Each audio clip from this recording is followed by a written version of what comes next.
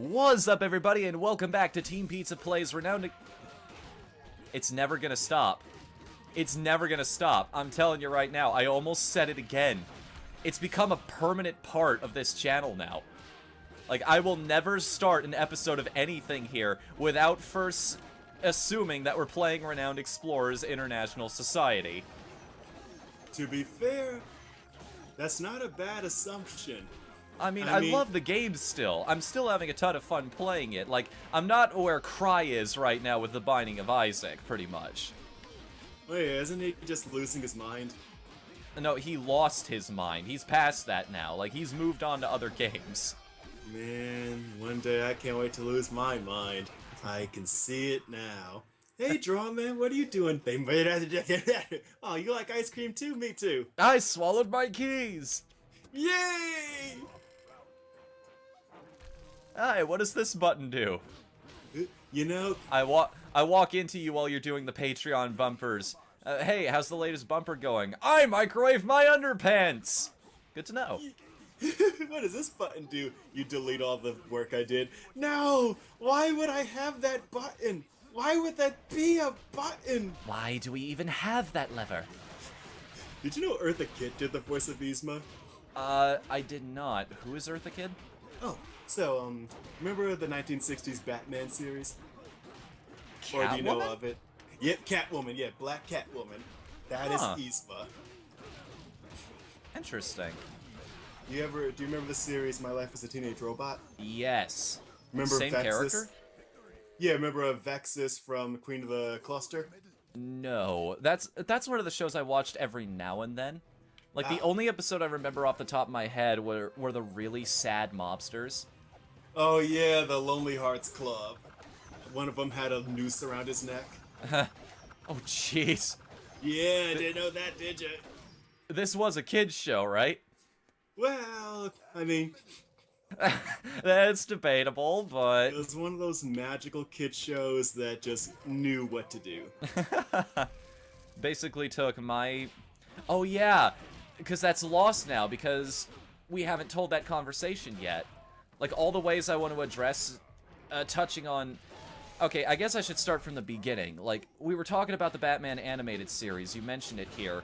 One of the great things about that show is that it understood... It was a kid's show that didn't treat its audience like children. And that's why it did so well. It touched on adult themes in a way that kids could understand. Mm-hmm. Because that's the thing. Kids... In a lot of ways, they can handle certain subjects, but other subjects they can't. What I mean by that is, there are some things, like, I wish I had known this when I was younger, but when adults tell you things like, oh, you wouldn't understand, in some cases they're actually right, because you're just not mentally ready. You just simply can't understand things like sex, or how reproduction actually works. Or especially in many cases, or in many cases, you know, the emotional and mental, the emotions that come with said interactions. I'm David Cage. I appreciate all these emotions happening right now. As you can see, this game is worth 16 emotion. I've met Ellen Page. I'm not sure if you knew this. And she's scared of me. I don't know why. Anyway, please continue. But yes, for me, one of my favorite episodes of King of the Hill is the episode where Dale's son Joseph is in a relationship with a girl and she's pressuring him into having sex, but he doesn't know what to do because, like many kids, he was kind of sheltered. He's still very much a kid at heart, but he's a big, attractive kid. You know, he's part Native American, so he's muscular and that's all get out. But yeah, he doesn't know what to do. And later, also, it does not help that Dale is currently being admitted into a mental hospital, so things are kind of iffy. So before Dale gets properly admitted, he wants just a minute to talk with his son, and he's like, Joseph, I know you know a thing or two about sex. You don't delete your internet history. But that's just purely physical what you've seen. Sex is also mental and emotional. I don't know, and you're not old enough to handle those emotions yet. And so, they have this really nice talk, and then he gets taken away by the men in the white coats going, "Save your special flower, son!" And so later, Joseph says he's not ready, and the girl just kind of walks away because he's not being cool. But at the same Well, time, also because they didn't have plans for her to be around more than one episode. Oh yeah, the King of the Hill has so many one-offs, but they are properly memorable one-offs. Well, But, that's yeah. also the rule of any sitcom, is at the end of the episode, everything goes back to normal. And that's one of the reasons I why want you and I to address that sometime. Like, we create a sitcom built around the idea that the characters are going to grow up, that things are going to change eventually. Exactly. That's actually one of the things that makes King of the Hill really good, because the characters actually do grow. I guess the thing, Joseph, as big and attractive as he is now, started off as just a kid. In fact, the character Luann, she has gone through, I want to say, 3 different boyfriends because a lot of them have died. And That's unfortunate for her. yeah, Luann kind of gets is kind of the butt of a lot of jokes in that show, but things go well. Things get better, but there was a one-off character named Lucky who. So she's basically Meg done right. Yeah, actually, yes. Yeah, she is Meg done proper. And so many of the episodes, like there's the Laotian neighbor named Khan, who starts off just a fish out of water and just thinking all the neighbors around him are just dumb rednecks. They do not help their case by being ignorant to a lot of things. But during the series, you see him grow to love them and actually treat them as friends and neighbors and inviting them over his house very often. The show has proper continuity. But I still want to show, but I still do want to show where we address the floating timeline trope. Because that's one thing that always bothers me in a show where... Why is Ash always 10 years old? Why does Steve never get laid? Basically, yeah, we don't want those questions to pop up, because I feel like we could tell some more interesting stories by averting those things. Exactly. Because I understand... Just because a character's grown up a little doesn't mean they can't still be interesting. Yeah, and just because a show has continuity doesn't mean that it'd be hard for an audience to get in, because that's always their biggest fear. If we have continuity, new audience members won't know what's going on. I go, have you not seen King of the Hill? That's got continuity at the wazoo, and I can still watch an episode with someone and say, oh yeah, that's Hank, he's the husband. That's Bobby, he's the son. Oh, But to do that intentionally, that'd be a really fun exercise as a writer too. Yeah. Simply because you'd basically have to set up a lore for the world. It's like, this is where we want the story to start, this is where we want it to go eventually. And we need to make sure that these characters are still interesting no matter how far they go. Like, plan all that in advance. Exactly. As a matter of fact, one of the best shows I've ever seen, the Venture Brothers, basically take Johnny Quest, turn him into an adult, and a realistic version of what someone who's been through the adventures he's been as a kid, and turn them into a paranoid, delusional shell of his former self, and that's the main protagonist, Doctor. I forgot his full name. His name is Dr. Venture, but I know he has a full Dr. Rusty Thaddeus Venture, and he's basically Johnny Quest as an adult, and the show has continuity not like all get out. It's basically like, think of a world of a comic book, only you're seeing The universe doesn't reset every couple weeks. Exactly. Think of world of comic book, but the universe doesn't reset every couple of weeks. So you're probably thinking that's got continuity lockout like all get out. But no, the show presents its characters and settings so well that you can easily get into it. I can attest to that because I got into the series its second season. And then I watched the rest of it going, this show's screwed up, but I love it. Yeah. You know, I think we'd get bonus points too. Like, this goes back to the subject we were talking about in the beginning. But I want to get bonus points for doing it in a kid's show. Yeah. Because I also want to address what I was talking about, like, how do you talk to kids about more mature subjects? Like, how do you explain in a way they can understand? And this conversation about, like, subjects like, how do you get a girl to like you, is what one character asks another in one of the ideas I've got. And basically, the old guy thinks about it for a second, like the wise old mentor character, and he says, Okay, let me put it this way. There are 5 stages to a relationship. Yeah. The first stage is awareness. Like, you're aware this person exists. And basically... Sorry, things are getting a little tight here on the timing. Basically, let's say you're in a line at a store or something, and this person is in front of you. Next stop is familiarity, stage 2. And familiarity is basically, well, what if you tried to hold a conversation with this person? Like, you decided to talk about how long it's taking to get to the front of the line or something like that. Or talk about the weather or what you're here to buy. Step 3 is friendship. Like, basically, you like your conversation with this person so much that you decide to do it again sometime. You want to get their contact information, and you want to spend more enjoyable time getting to know them. Stage 4 is love. It's finally that point where you could consider it love, because you've realized after all these times that you've hung out that this person makes you happy. Like, just being around them makes your life better. It makes you feel better. So you see, love isn't very complicated at all. It's just basically let it happen naturally, and everything will fall into place. It's not as complicated or romanticized as a lot of people make it out to be. And the kid realizes, okay, that makes sense. But then he stops for a second and he realizes, wait a second, what's stage 5? And the old guy says, don't worry about it. What? Trust me, if and when you get to stage 5, you'll already know what to do. And the kid looks confused, but he walks off like, okay, if you say so.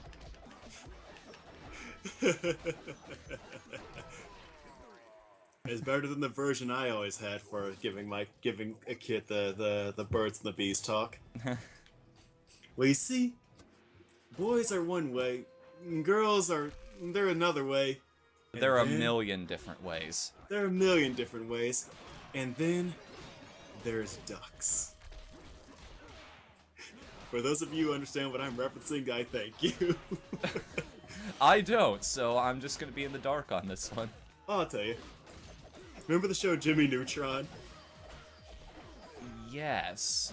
Jimmy's dad was always hilariously just dim. He was like...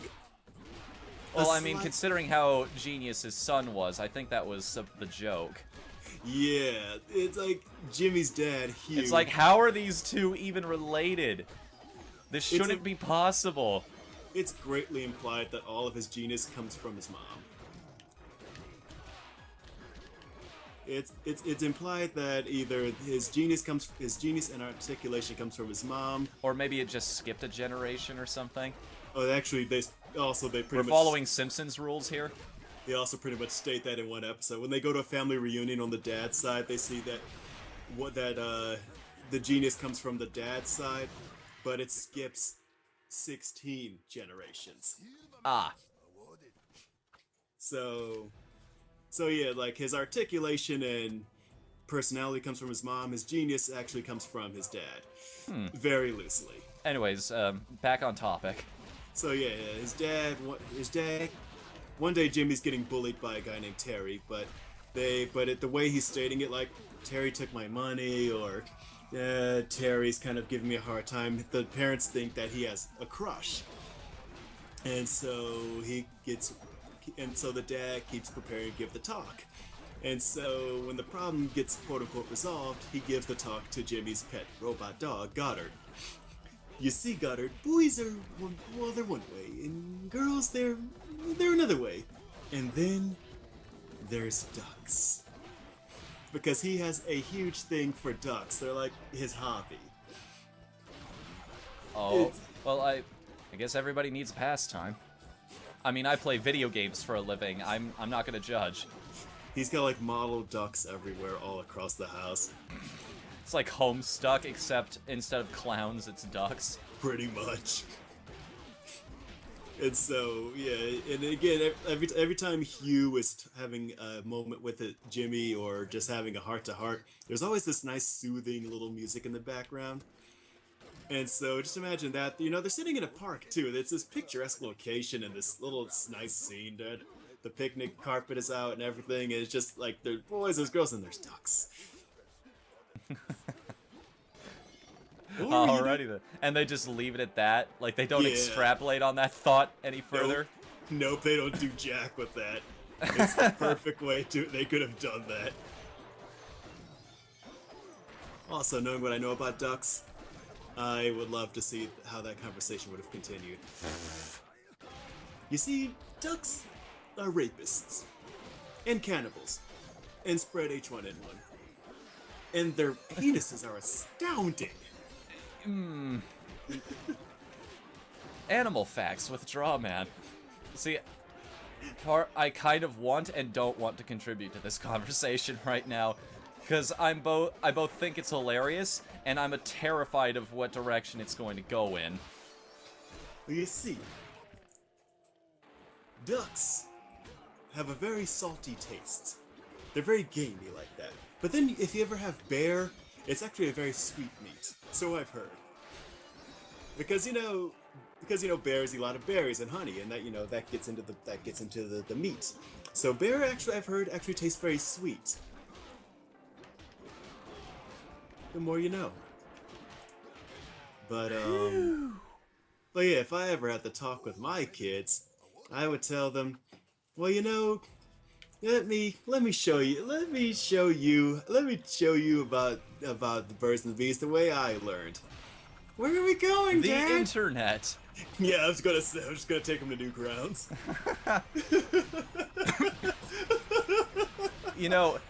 I've probably been thinking about a lot of these things, like coming up with all of these fictional scenarios because Grace is living in the house now. Like, having an adopted sister who's a lot younger than you, it's sort of like preparing you to have a kid in your life. It's making me think about all of these things, like, shit, what if she comes to me asking things like, where do babies come from, or what is sex? And I came up with an interesting conversation for that, too, and again, this is something that got lost in the old videos. Oh, yeah. Maybe I might turn this into a show sometime, or just a conversation in a show. I'm gonna make an entire show out of this one conversation. You can call it Saving Grace. Ah! I can feel the collective facepalm, and oh, it feels so good. Anyways, basically the way I came up with to explain it is, alright, look, here's, when your body needs food, when you feel hungry, it's because your body needs food? Yes. And when you feel sleepy, when you feel tired, it's because your body needs sleep? Yes. When you feel like you need to be around boys, I'll explain what your body wants. And again, you would get away with that in a kid's show. It's like, what does that mean? Like, you're not saying it. You're kind of deflecting the question, if you will. But it's sort of explaining to kids in such a way that, yeah, you just wouldn't understand this yet because of the simple fact that this isn't happening to you right now. Like, this is a thing that's going to happen, and we'll take the next... Like, here's the point. It's not just like that typical phrase of, I'll explain it when you're older. Like, how much older? Like, I look at my watch, 2 seconds have passed. Is that good enough? Like, it's giving you a definitive flag to look for. Saying, this is the point where things start getting serious. Okay? Just hold tight till then. You see? Yeah, I'm just imagining. You see, I would love to bring her onto the show and have You wouldn't, actually, because she is terribly camera shy. She hates people seeing what she looks like on the internet or something. But we're going to talk more about that next time on Team Pizza Plays One Finger Death Punch. Until then, I'm Whatthefnu. And I would make a wonderful uncle. I'm not sure how to... part of me wants to say that's debatable.